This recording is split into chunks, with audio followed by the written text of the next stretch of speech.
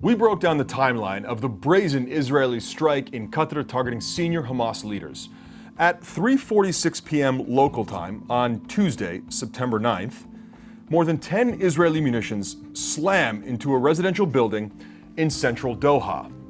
The previous evening, Hamas's chief negotiator Khalil al-Hayya had been meeting with the Qatari prime minister. They were discussing the latest U.S. ceasefire proposal that had been put on the table by President Donald Trump just days earlier.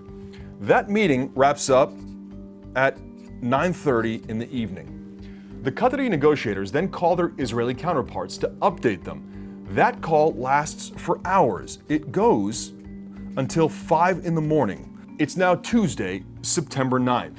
Hamas promised to get back to Qatar 12 hours later by 5 in the evening.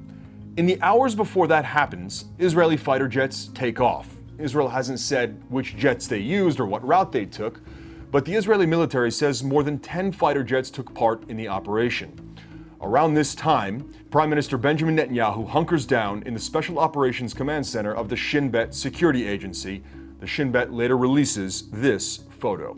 Israel waits until the last minute to notify the U.S. That's because there's a massive U.S. military presence in Qatar, and the country is a major non-NATO U.S. ally.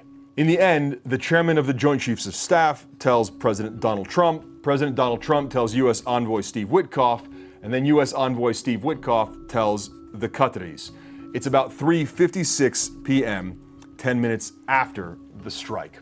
A short time after that, at 5:08 p.m., Netanyahu puts out a statement saying Israel acted wholly independently. It's a message that comes at the request of the U.S.